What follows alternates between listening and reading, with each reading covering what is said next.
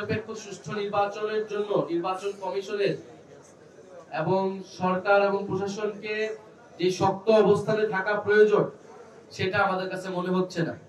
আমরা দেখতে পাচ্ছি যে বিভিন্ন দলের নেতা কর্মীরা তারা প্রকাশ্যে বলে বেড়াচ্ছে যে প্রশাসনকে কিভাবে দখল করতে হবে, প্রশাসনকে কিভাবে হাতে রাখতে হবে।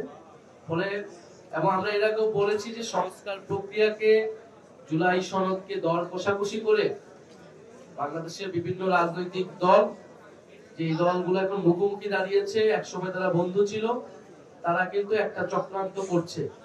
এই নির্বাচনকে একটা ভাগবাটোয়ারা, একটা সাজানো নির্বাচন, একটা সমঝোতা নির্বাচন করার পরিকল্পনা করছে। এবং এই ধরনের একটি নির্বাচন হলে বাংলাদেশের গণতন্ত্র ক্ষতিগ্রস্ত হবে। বাংলাদেশের যে নতুন সম্ভাবনা এবং গণ অভ্যুত্থানের মধ্য দিয়ে বাংলাদেশের যে নতুন রাজনৈতিক আকাঙ্ক্ষা তৈরি হয়েছে সেটা কিন্তু ব্যর্থ হবে।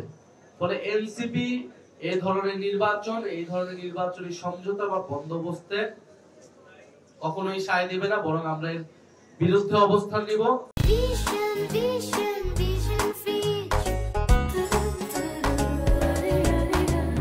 এবং যারা কখনো হয়তো ভাবেনি সংসদে যাবে, নির্বাচনে দাঁড়াবে, কিন্তু গণ অভ্যুত্থানের পরে যেহেতু সবাই নতুন করে স্বপ্ন দেখছে, আজকে হয়তো আমরা এখানে অনেকেই বসবার কথা ছিল না, কিন্তু আমরা এখানে ঐক্যবদ্ধ হয়েছি, রাজনৈতিক প্রক্রিয়ায় যুক্ত হয়েছি। ফলে আমাদের কাছে মনে হয়েছে যে এই নির্বাচনে এরকম অনেক মানুষ রয়েছে যারা কখনো রাজনীতি বা নির্বাচনের কথা পূর্বে না ভাবলেও এবার তারা সম্ভাবনা দেখছেন, এবার তারা স্বপ্ন দেখছেন। আমরা তাদের স্বপ্নকে এবং সম্ভাবনাকে কাজে লাগাতে জাতীয় নাগরিক পার্টি তাদের সাথে কাজ করতে চাই, তাদের পাশে থাকতে চাই। ফলে আমরা বাংলাদেশের সেই সৎ, যোগ্য, দক্ষ এবং দেশপ্রেমিক মানুষের প্রতি আহ্বান জানিয়েছিলাম এবং আমাদের আহ্বানে সাড়া জাগিয়ে প্রায় ১,৫০০ মানুষ এই মনোনয়ন ফর্ম নিয়েছেন। আমরা তাদের প্রতি আন্তরিক ধন্যবাদ এবং কৃতজ্ঞতা জানাই। আজকে এবং আগামীকাল হয়তো আমাদের আরো একদিন লাগতে পারে, আমরা এই সকল মনোনয়ন প্রত্যাশীদের সাথে মত বিনিময় করব, তাদের স্বপ্নের কথা শুনবো, তাদের দক্ষতা যোগ্যতার কথা শুনবো এবং এনসিপির পক্ষ থেকেও আমরা আমাদের পরিকল্পনার কথা বলবো। এবং সর্বোপরি আমরা একটা স্বচ্ছ প্রক্রিয়ার মাধ্যমে যাচাই বাছাই করে এখান থেকে আমরা আমাদের যে আমরা বলেছি আমরা ৩০০ আসনের প্রার্থী চূড়ান্ত করতে চাই, সেই ৩০০ আসনের প্রার্থী আমরা চূড়ান্ত করব। এখানে একটা প্রাথমিক যাচাই বাছাই হবে, পরবর্তীতে আমাদের যে রাজনৈতিক পরিষদ রয়েছে তারা কেন্দ্রীয় সংসদীয় বোর্ড হিসেবে তারা কাজ করবে, তারা চূড়ান্ত মনোনয়ন দিবে এই ৩০০ জন প্রার্থীকে। ফলে আমাদের আজকে জাতীয় নাগরিক পার্টির বিভিন্ন পর্যায়ের নেতাকর্মী এবং আমাদের এনসিপির অনেক শুভাকাঙ্ক্ষী যারা মনোনয়ন নিয়েছেন, তারা আজকে মনোনয়ন প্রত্যাশী হিসেবে আজকে এসেছেন মত বিনিময় করতে। আমরা তাদেরকে ধন্যবাদ এবং কৃতজ্ঞতা জানাচ্ছি। আমরা আমাদের এই যাচাই বাছাই প্রক্রিয়াটা সম্পূর্ণ হলেই আমরা আমাদের তালিকাটি ঘোষণা করতে পারবো বলে আমরা আশা ব্যক্ত করছি। এবং আমরা দেশবাসীর উদ্দেশ্যে বলতে চাবো যে জাতীয় নাগরিক পার্টি তার স্বপ্ন, তার প্রতিশ্রুতি নিয়ে এগিয়ে যাচ্ছে এবং আমাদের এই নির্বাচনে অংশগ্রহণের জন্য সবচেয়ে বেশি প্রয়োজন সাধারণ মানুষের আস্থা এবং সহায়তা। যে সহযোগিতাটা আমরা সবসময় পেয়ে আসছি, সাধারণ মানুষের সহযোগিতাতেই এনসিপি এত দূর আসতে পেরেছে এবং এনসিপি সামনের দিকে এগিয়ে যাবে মানুষের আস্থা এবং ভরসাতে।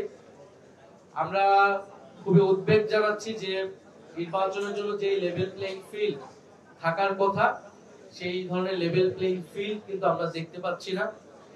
আমরা অনেক আগে থেকে এটা বলে আসছিলাম যে বাংলাদেশের যে নির্বাচনী সংস্কৃতি, যেখানে জবরদখল, প্রশাসনের দখল এবং টাকার ব্যবহার, কালো টাকার ব্যবহার, মাসেল পাওয়ারের ব্যবহার ইত্যাদি নির্বাচনের আমরা সবসময় দেখে এসেছি, শুনে এসেছি এর আগের সময়গুলোতে।